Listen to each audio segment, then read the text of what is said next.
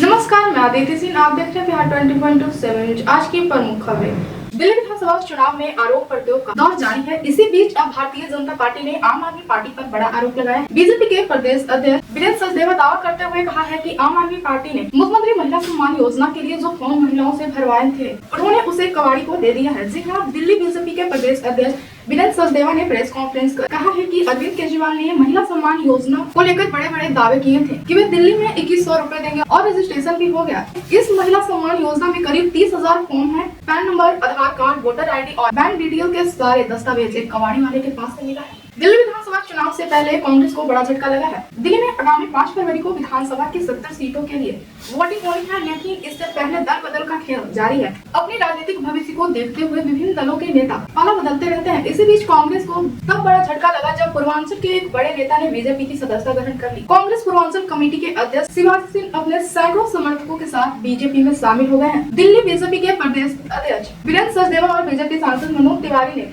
शिवाजी सिंह को पार्टी में शामिल कराया और उनका स्वागत किया। मोकामा में अनंत सिंह और सोनू मोनू गोलीकांड पर तेजस्वी यादव मन से ही बीजेपी और बिहार सरकार पर निशाना साधते हुए बोले, आज 200 राउंड गोली चल रहा है। बिहार के उप मुख्यमंत्री बोल रहे हैं कि छोटा मोटा बात है। आगे तेजस्वी यादव बोले, 200 राउंड गोली चलना मामूली बात है, तो अब बस मिसाइल चलना ही बाकी रह गया है।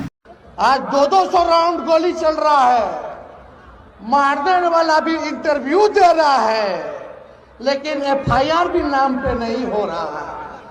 बिहार के उप मुख्यमंत्री बोलते हैं 200 राउंड गोली चला तो बोलते हैं कि छोटा मोटा बात है। हाँ, अब मिसाइलें दागना बाकी रह गया है। क्या बात कर रहे हैं? क्या मुख्यमंत्री है, क्या प्रशासन है, कहां से ये लोग सरकार चला रहे हैं? डिप्टी सीएम विजय कुमार सिन्हा ने आरजेडी पर बड़ा हमला किया है। बोले, आरजेडी का कल्चर लोगों को पलायन करने का मंत्र देता है, रोजगार छीनना और सामाजिक सौंदर्य बिगाड़ना, यही आरजेडी का विजन और सोच है। जो लोग अपराध और भ्रष्टाचार को बढ़ाने का खेल खेलते हैं, वो रोजगार की बात करते हैं तो लोगों को विश्वास नहीं होता। देखिए, राजद का कल्चर लोगों को पलायन करने का मंत्र देता है, रोजगार छीनने का और सामाजिक सौहार्द को बिगाड़ने का, यही इनका विजन और सोच है। ये वर्गला रहे हैं, जो व्यक्ति अपने रोजगार के लिए सामाजिक सौहार्द को बिगाड़े, समाज के ताना बाना को तोड़े, नौजवानों को पलायन के लिए विवश करे, अपराध और भ्रष्टाचार को बढ़ाने का खेल खेलने में लगा रहे, वो रोजगार की बात करता है, लोगों को विश्वास नहीं होता है। एक भी लक्षण इनका रोजगार प्रकट करने का है। किस तरह के यहाँ के इंडस्ट्रीज, उद्योग धंधे किसके रीजन में बंद हुए, पहले बताएं कि नए उद्योग धंधे लगाने के लिए इनके पास क्या सोच है। मौका तो मिला था 2 बार डिप्टी सीएम का, क्या स्वरूप बनाए। वर्तमान से भविष्य बेहतर बनाना है तो ऐसे लोगों से बिहार को मुक्ति लेना होगा। बिहार की जनता संकल्प ले चुकी है कि जब तक राजद का कल्चर, राजद के स्वभाव के लोग रहेंगे, बिहार में रोजगार का अवसर नहीं बढ़ेगा, निवेशक नहीं आ पाता है, सिर्फ राजद के भय के कारण। उपेंद्र कुशवाहा वो कैसे बन सकता है, कैसे देखते हैं? 25 में बिहार की जनता बिहारी के सम्मान, स्वाभिमान और विकसित बॉलीवुड की मशहूर एक्टर ममता कुलकर्णी ने संन्यास ले लिया। प्रयागराज महाकुंभ में पहुंची ममता कुलकर्णी ने किन्नर अखाड़े से दीक्षा ले ली है। एक्टर को किन्नर अखाड़े की महामंडलेश्वर की उपाधि से सम्मानित किया गया। अब उनको नया नाम भी दे दिया गया है। उनका नया नाम श्री यामिनी ममता गिरी होगा। ममता कुलकर्णी लंबे समय से फिल्म दुनिया से दूर दुबई में रह रही थी। आज नहीं वह भारत पहुंची और अब उन्होंने संन्यास ले लिया। बिहार के किशनगंज में खबरा मेला का भव्य उद्घाटन किया गया। एशिया का दूसरा सबसे बड़ा पशु मेला माने जाने वाला इस आयोजन का उद्घाटन राज्य के भूमि सुधार एवं राजस्व मंत्री दिलीप जायसवाल ने किया। देश के 9 करोड़ से अधिक किसानों का इंतजार खत्म होने वाला है। प्रधानमंत्री नरेंद्र मोदी आगामी 24 फरवरी को बिहार के दौरे पर पहुंच रहे हैं। भागलपुर में आयोजित कार्यक्रम के दौरान प्रधानमंत्री नरेंद्र मोदी द्वारा किसान सम्मान निधि की किस्त जारी करते ही करोड़ों किसानों के खाते में 2-2 हजार रुपए ट्रांसफर कर दिया जाएगा। इस दौरान वे किसानों से संबंधित विभिन्न योजनाओं के साथ ही कई और सौगात बिहार वासियों को देने वाले हैं और केंद्र सरकार की कई परियोजनाओं की शुरुआत भी कर सकते हैं। केंद्रीय कृषि मंत्री शिवराज सिंह चौहान बीते 24 को बिहार के दौरे पर पहुंचे। इस दौरान उन्होंने स्पष्ट कर दिया है कि 24 फरवरी को ही प्रधानमंत्री नरेंद्र मोदी किसान सम्मान निधि की 19वीं किस्त जारी करेगा। एक और प्रसन्नता का विषय है कि किसान सम्मान निधि जो छोटे किसानों के लिए वरदान सिद्ध हुई है, वो किसानों के खाते में डालने के लिए 24 फरवरी को प्रधानमंत्री जी का दौरा भागलपुर में संभावित है। उस दौरे की तैयारी के संबंध में भी हमने चर्चा की है। पिछले 7 महीने में ऐतिहासिक काम कृषि के क्षेत्र में प्रधानमंत्री नरेंद्र मोदी जी के नेतृत्व में हुए हैं। वो काम चाहे उत्पादन बढ़ाने के हो, उत्पादन की लागत घटाने के हो, किसान को ठीक दाम देने के हो, या फिर कृषि का विविधीकरण हो, या फिर जैविक और प्राकृतिक खेती हो, हर दिशा में काम हो रहा है। वो काम भी जनता के बीच रखने का प्रयत्न उस समय होगा। मैं बिहार के मुख्यमंत्री जी को, कृषि मंत्री जी को, पूरी टीम को बधाई देता हूं। कृषि के कल्याण के लिए जो काम यहाँ हो रहा है, कृषि के विकास और किसानों के कल्याण के लिए, वो अद्भुत है।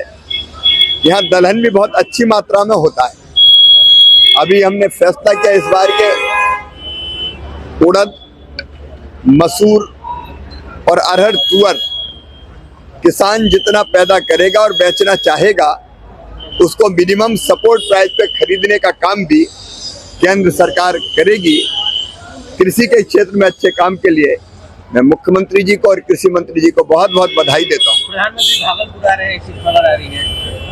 अभी प्रधानमंत्री जी 24 फरवरी को किसान सम्मान निधि के वितरण के लिए और किसानों का सम्मान करने के लिए बिहार पधारेंगे। अभी संभावित जो दौरा है उनका भागलपुर में 24 फरवरी को बन रहा है। बिहार के दानापुर रेल मंडल के कर्मचारियों के लिए यह काफी अहम खबर है। अब दानापुर रेल मंडल के कर्मचारी और अधिकारी जल्द ही अपने स्मार्टफोन से उपस्थिति दर्ज कराते नजर आएंगे। रेलवे बोर्ड ने बायोमेट्रिक हाजिरी को आधार से जोड़कर लागू किया जा रहा है, जिसमें कर्मचारी की लाइव लोकेशन और जियो ट्रैकिंग दर्ज की जाएगी। इससे उन कर्मचारियों की मनमानी पर लगाम लगाई जा सकती है जो देर से कार्यालय आते हैं और जल्दी घर चले जाते हैं। हाजीपुर रेलवे अंतर्गत दानापुर रेलवे मंडल के कर्मचारी और अधिकारी जल्द ही अपने स्मार्टफोन से हाजिरी लगाते नजर आएंगे। बिहार सरकार के टीचर की तरह रेलवे कर्मी ऑनलाइन मोबाइल से हाजिरी लगाएंगे। इसको लेकर रेलवे बोर्ड ने सभी मुख्यालयों को इस बारे में निर्देश जारी कर दिया है। बिहार में किडनी की समस्या से पीड़ित मरीजों के लिए एक अच्छी खबर है। अब इन मरीजों को किडनी ट्रांसप्लांट के लिए बाहर नहीं जाना पड़ेगा। अब पटना एम्स में ही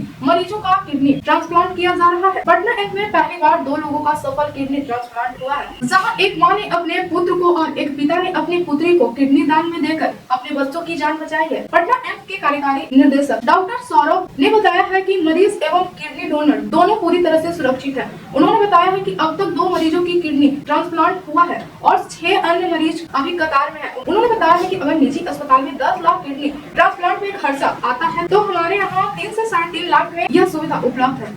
बिहार में इस साल के अंत में विधानसभा चुनाव होने वाला है। जैसे जैसे चुनाव करीब आ रहा है, वैसे वैसे नेताओं के बीच जुबानी जंग जारी है। इसी बीच जनसुराज पार्टी के संस्थापक प्रशांत किशोर ने सीएम नीतीश कुमार को बड़ी चुनौती दे दी है। प्रशांत किशोर बोले, नीतीश कुमार कैमरे में आकर बिना कागज देखे अपने मंत्री परिषद के सदस्यों का नाम बता दे तो वे अपना पूरा आंदोलन खत्म कर नीतीश कुमार के समर्थन में खड़े हो जाएंगे। नीतीश कुमार अपने मंत्रियों के नाम और उनके विभाग नहीं बता सकते। आगे प्रशांत किशोर बोले, नीतीश कुमार अपने मंत्रियों के नाम और उनके विभाग नहीं बता सकते तो उनसे और क्या ही अपेक्षा की जा सकती है। क्या कहेंगे? कम समय तक रुके और कुछ भी नहीं बोला। भाई देखिए, नीतीश कुमार जी पर आप लोग ज्यादा प्रेशर मत बनाइए।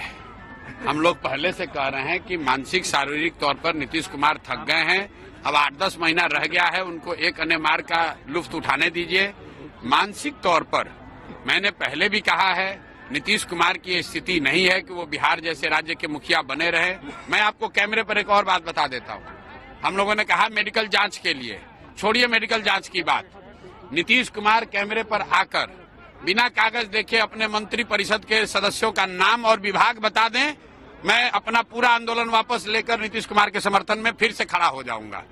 नीतीश कुमार अपने मंत्री परिषद के लोगों का नाम और विभाग नहीं बता सकते हैं, उससे आप क्या अपेक्षा करते हैं? इसलिए अब नीतीश कुमार को जाने दीजिए, 10 महीना उनका समय है, मुख्यमंत्री किसी तरह बने रहें, आगे उनसे कोई अपेक्षा नहीं है। बिहार में उठा कानून व्यवस्था पर सवाल तो अनंत सिंह के समर्थन में उतरे केंद्रीय मंत्री सीताराम मांझी बोले, कानून व्यवस्था की कोई समस्या नहीं है। जो नीतीश कुमार को मानसिक रूप से बीमार बताता है वो खुद मानसिक बीमारी से ग्रस्त है।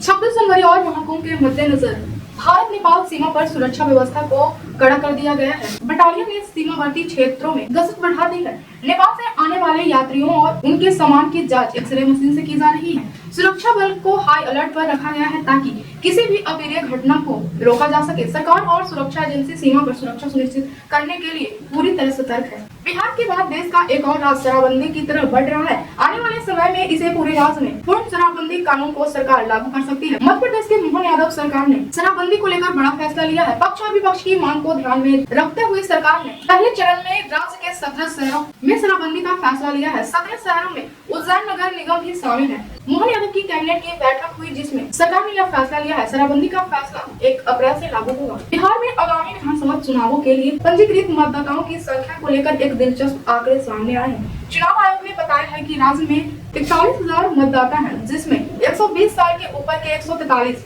मतदाता भी शामिल हैं। इस बार चुनावी मैदान में युवा मतदाताओं के साथ साथ बुजुर्गों का भी खास जलवा देखने को मिलेगा। केंद्रीय गृह मंत्री अमित शाह ने दिल्ली चुनाव से पहले पार्टी मुख्यालय में भाजपा का संकल्प पत्र जारी किया। दिल्ली भाजपा अध्यक्ष देवेंद्र सचदेवा और पार्टी के अन्य वरिष्ठ नेता भी मौजूद हैं। इरफान अंसारी ने यूपी के मुख्यमंत्री योगी आदित्यनाथ को खुली चुनौती दी है। चुनौती देते हुए इरफान अंसारी ने कहा कि प्रयागराज के महाकुंभ में जाकर वह डुबकी लगाएंगे और धर्म जात पात के भेदभाव को खत्म करेंगे। यूपी के मुख्यमंत्री योगी आदित्यनाथ को हिम्मत है तो रोक ले।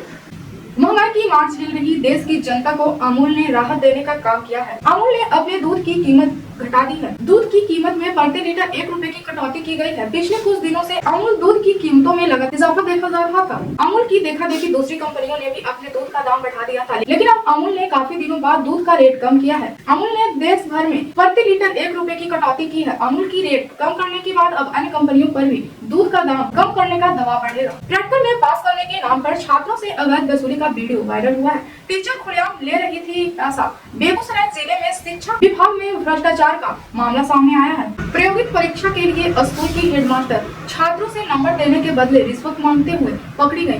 घटना का वीडियो वायरल होने के बाद जिला शिक्षा पदाधिकारी ने स्पष्टीकरण मांगा है। नेता प्रतिपक्ष तेजस्वी यादव कार्यकर्ता दर्शन सह संवाद कार्यक्रम के तहत दरभंगा पहुंचे, जहां एक लड़की ने तेजस्वी यादव से नौकरी की मांग कर दी। यह सुनकर तेजस्वी यादव ने कहा है कि बेरोजगारी हटाना है, सभी लोगों को नौकरी रोजगार दिलाने की लड़ाई हम लोग लड़ेंगे। आगे कार्यक्रम के दौरान तेजस्वी यादव बोले, हमारी सरकार बनती है तो माई भवन मान योजना के तहत हर महीने हर महिलाओं को प्रति माह 2500 रुपए खाते में डाला जाएगा। हर घर में 200 यूनिट बिजली बिल फ्री मिलेगी। आगे तेजस्वी यादव बोले कि झारखंड में हम लोगों की सरकार है और हर महिला को माई बहन योजना के तहत 2500 रुपए मिल रहा है। गैस सिलेंडर जो यहाँ 1200 रुपए में मिल रहा है, हमारी सरकार बनी तो 500 में मिलेगा।